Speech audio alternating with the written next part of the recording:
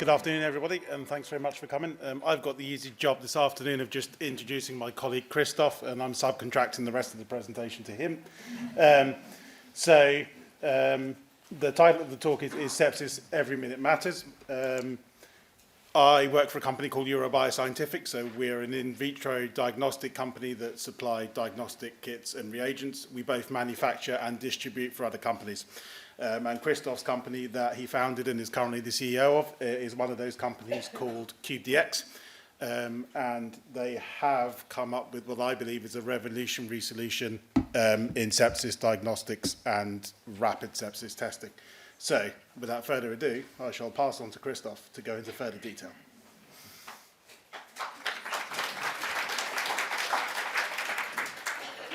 So, thank you very much for having me here, and also for the introduction and the applause. I hope I'm worth it. Yeah. So, as Chris said, I'm the CEO of CubeDx. We're an Austrian company, and I show you a little bit what we did last decade, more or less.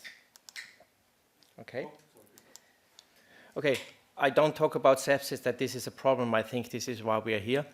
But what I want to point out is some problem in the diagnostics, and I think we can agree that in some cases, culturing and identification with MALDI-TOF is just not fast enough. Yeah? So this is our, let's say, point that we are addressing.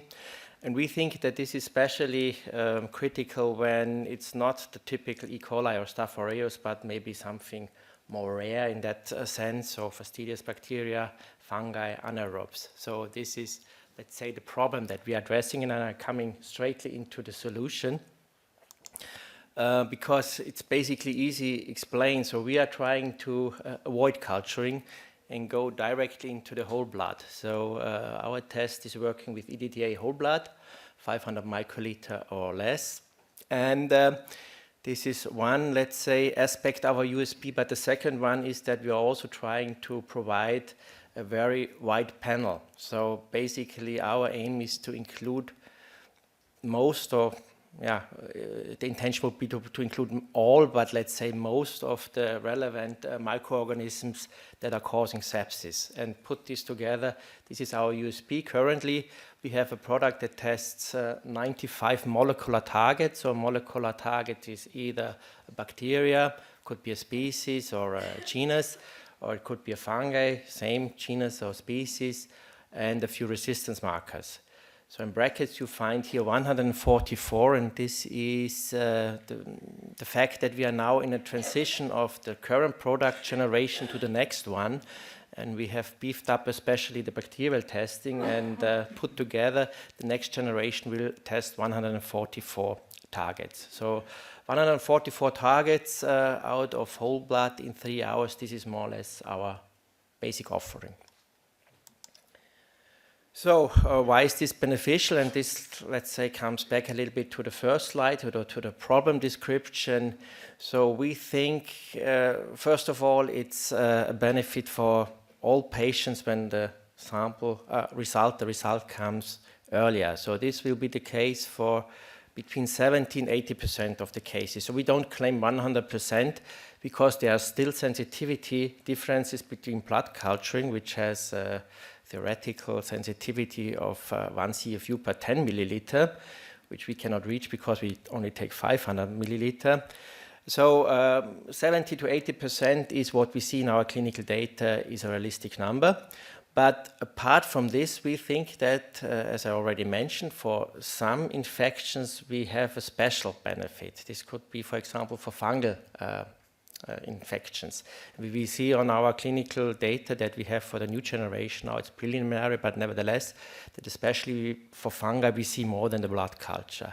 It could also be relevant, especially for infections with some sort of bacteria, fastidious bacteria, anaerobe bacteria. So here we see our sweet spot, and put together, we see the technology always as a complementary technology. So I think no one will have the idea to say, okay, this is now molecular diagnostics. We will replace culture anyway. So we always see it as a bundle of two methods that bring together, I think, an improved diagnostics.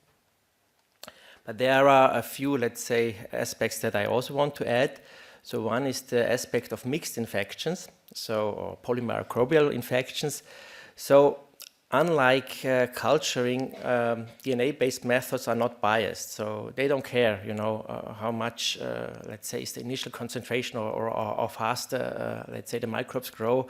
For them, it's just DNA. So this is a conceptual advantage that we see in DNA-based methods, that you don't miss the slow growing in case of mixed infections. And the other aspect is the sample volume. I was touching this already when I was speaking about sensitivity, but you can also see it the other way around. With low sample volumes, you can address other patient groups, of course, infants, elderly, critically ill patients, but you also could think about, let's say, changing the way how to test. So we have now customers, that do consequential testing. Day 1, day 2, day 3, and if, let's say, microbes are growing in the body, then you would maybe not see it in the first day, but maybe in the second or third day. And I think this is easily possible when you start with a very low sample volume. So these are a few aspects that we see could help in the overall context of the diagnostics when you add these diagnostics to your workflow. So who are we? So you might hear it from my accent. We are from a German-speaking country, Austria. So we have been founded in 2015 in a nice town called St. Valentine. So St. Valentine is the saint of the lovers. So I don't know if you know that. So St. Valentine's Day on 14th of February is our day. But back to business. So our customers are basically clinical microbiologists, so this is whom we are dealing with. And our sales approach is now that we roll out into Europe. Yeah? So we have started in, let's say, Central Europe, of course, Austria, Czech Republic, Italy. And now we are trying to get, let's say, a foot on the ground in all relevant European markets. And therefore, we are teaming up with Eurobio. So I think what's important to say is that our products are reality, and we have customers that are using this generation of products since 2020. So it's not something that we have to announce. So this is something that is really used. We are a small team, by the way, but I think you see it. Currently, we are 10 people. So the workflow is basically what you would expect from a DNA-based workflow. So it's nothing really special. So you have a sample preparation part, you have a DNA extraction and amplification part. We call this detection here. I will explain later why. And at the end, you have an identification part. And I think the last part here, no, does not work. Here. The last part is more or less the add-on to an ordinary PCR workflow. So what you see for step 1, we are not only dealing with whole blood, but we are trying to open up the technology for different kind of samples. So at the end of the day, our vision is starting from whole blood, which is, I think, the most important application, to include what we would term diagnosing severe infections in general, because once the system is installed and working, it's a very simple step, let's say, to test sterile fluid, to test soft tissue, to even test respiratory samples. And this is also our long-term vision, to see this more as a more generalized molecular microbiology tool that is able to identify a wide range of bacteria and fungi in 2.5, 3 hours. Yeah. So this is the vision. So the second part, which is the DNA extraction and the amplification, in our case also serves as a yes-no answer. So basically, or technically speaking, we are doing, on the one hand, the 16S amplification. On the other hand, we do a 28S amplification for the fungi. So 16S for the bacteria, 28S for the fungi. And after this process, the user can tell, is this a positive or a negative sample? And this basically has 2 implications. The first one is that the negative sample is even faster here as a result, so workflow issue. And the second one is also that when it's negative, you can save the last step, which is bad for us, but good for the laboratories. So you don't have to do the identification. So this is also, of course, a cost issue. We have to admit that this singling out of negatives and positives does not work equally well for bacteria and fungi. Yeah? For bacteria, this is quite a tricky issue, yeah, because you have issues with contamination. Yeah, also the whole results sometimes are not as clear as for fungi. For fungi, we would say we could always single out 100% of negative fungi tests. For bacteria, I would say that 50% of the negatives can be singled out. But nevertheless, this would also have an impact on the cost and also on the results. Yeah. But when it's positive, it goes into the last step, into our cartridge-based system. So the instrument that you see here on the last step is what we have developed. And after another 20 minutes, you get the information, okay, this is an E. coli, this is staph, this is Candida albicans or whatever. Yeah. So you see a little bit the timing. So up to 3 hours then is the total workflow. Just one remark, what you see with this dashed line, this is the resistance testing. So dependent on the geography, I think resistance testing is more important or less important.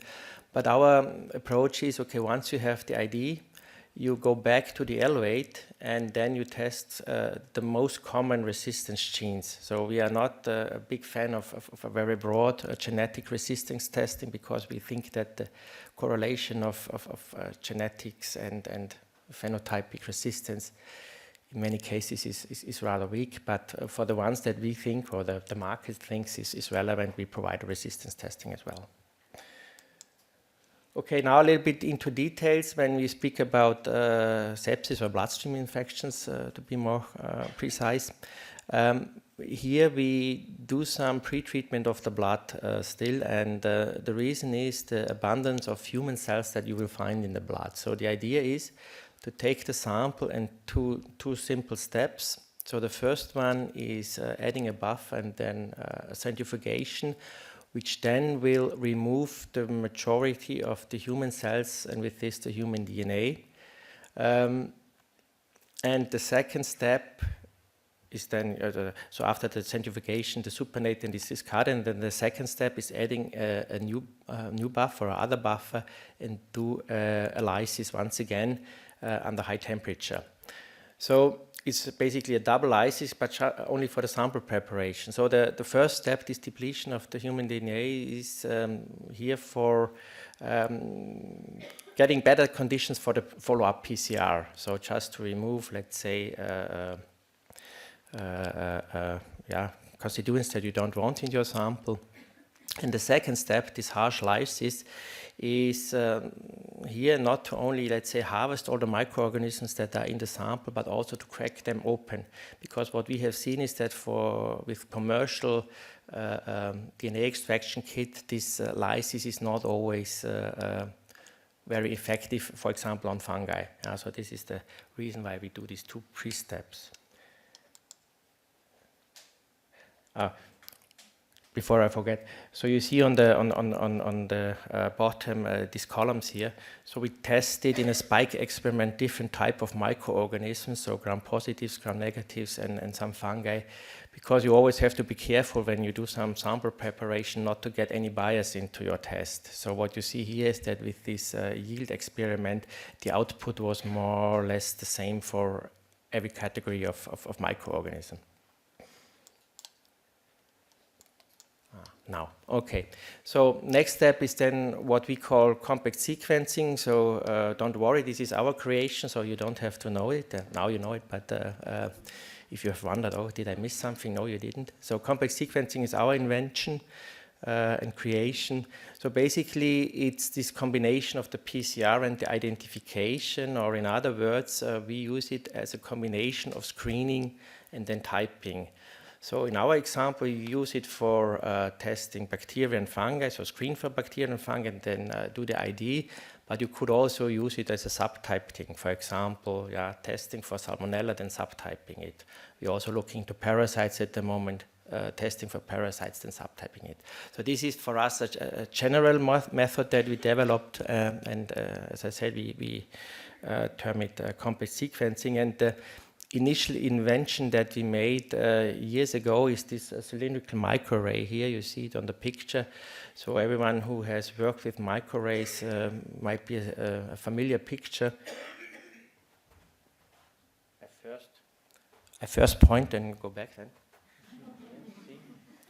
You see these probes here on the surface, and these are short pieces of DNA, so oligos, and they catch the amplicons out of the sample, and they only catch it if there's a match. Yeah? So if the sequence is matching. The problem with ordinary microarrays is that this, let's say, catching is not very specific. So basically you would need a difference of 2, rather 3 bases that the whole hybridization is specific.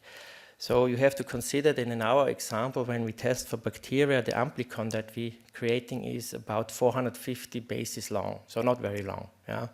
So, and when you then consider, okay, out of this amplicon, you have to differentiate between, now for the new generation, roughly 100 species and genuses, then I think it gets very dense. Yeah. So it's not really possible. So we have tried to create a SNP analysis based out of this microarray.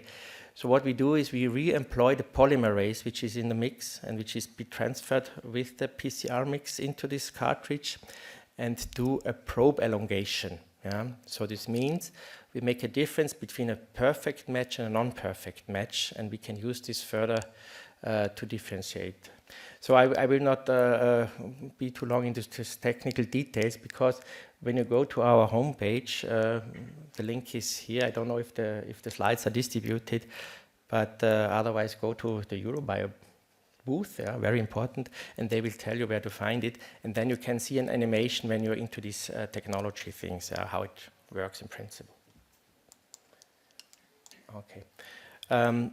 Important for us is also that the process is largely automated, so we have to admit it's not fully automated because we are still using these 2 instruments here.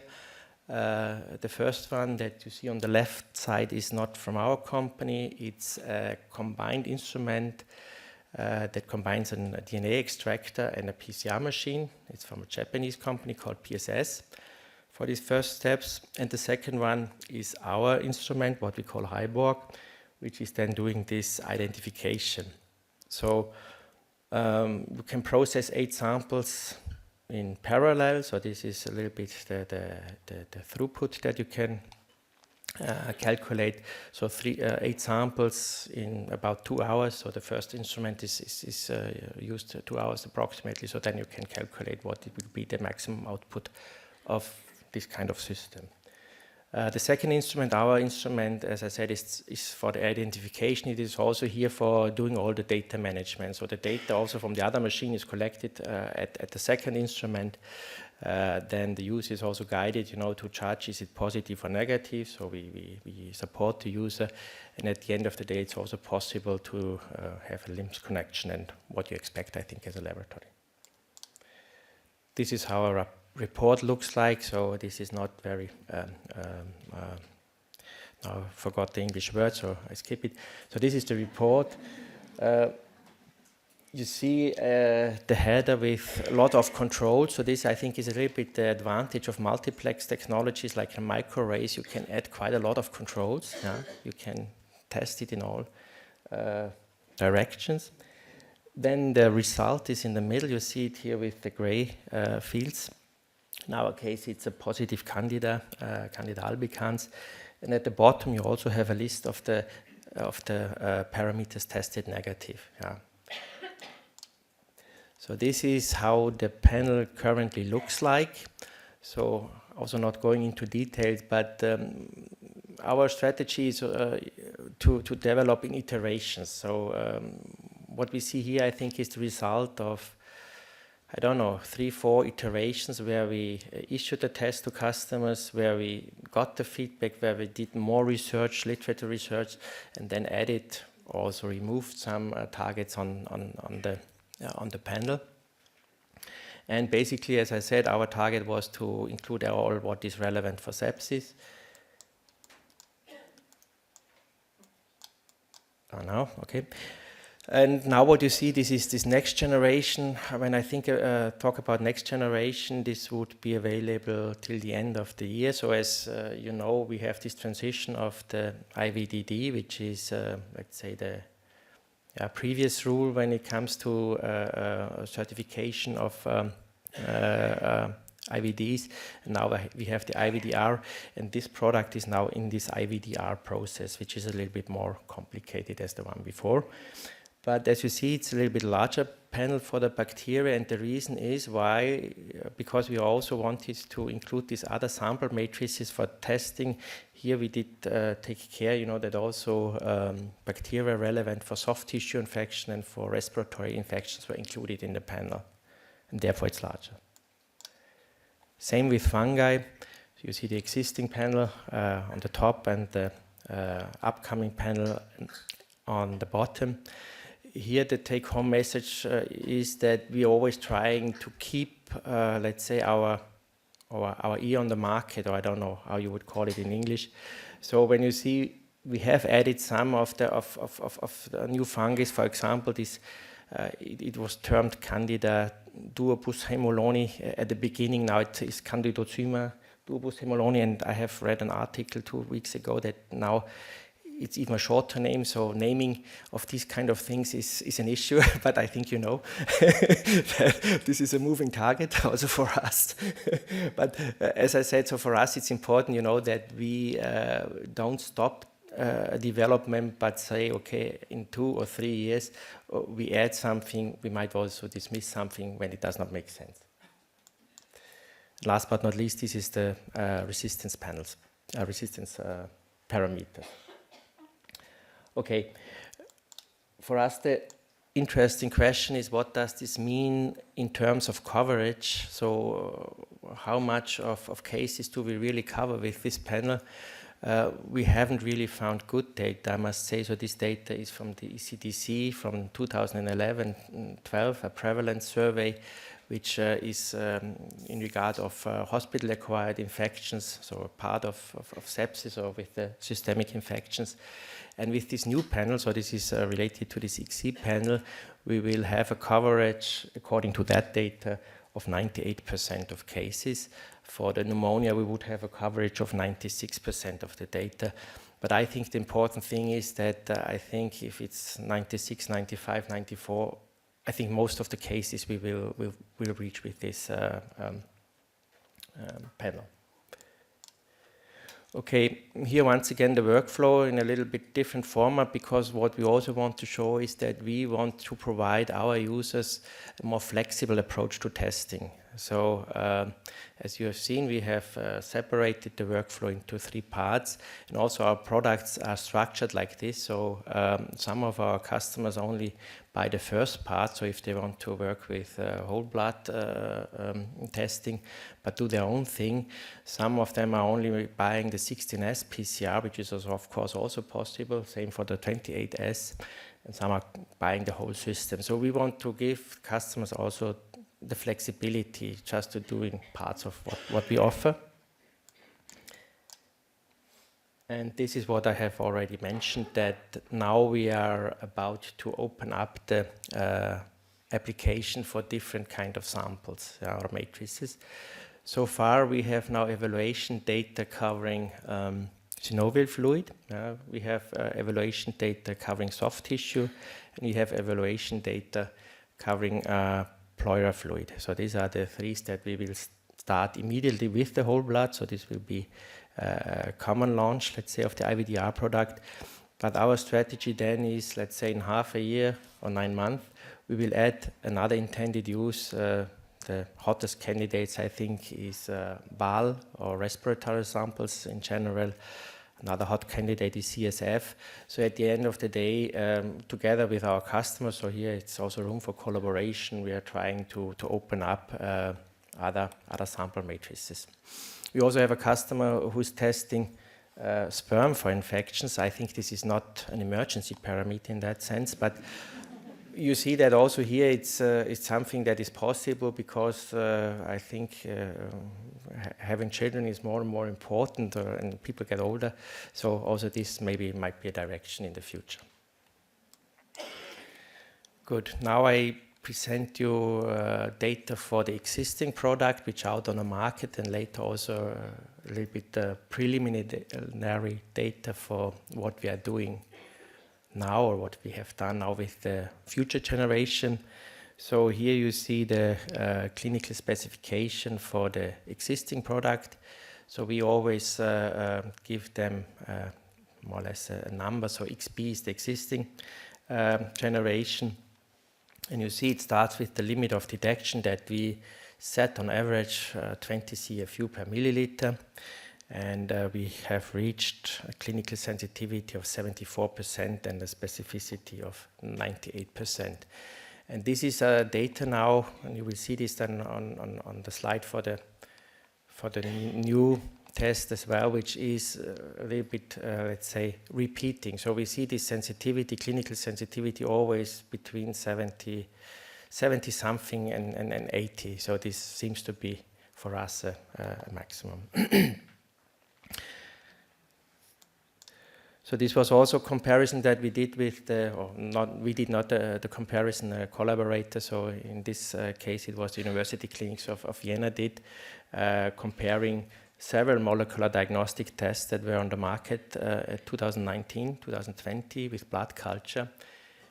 And here we have the best congruence with blood culture results. So you see it on the values for the area under the curve. So HypeCell, this is our technology, has 0.77, and the others, for example, T2 Biosystem, which is not on the market anymore, has 0.52, and MicroDx is a German company with 0.67. Last but not least, Septifast with 0.73. Yeah. The same was done with how able were the technologies to detect bloodstream infections. So also clinicians were involved in this study to judge, okay, do we really see a bloodstream infection, yes or no?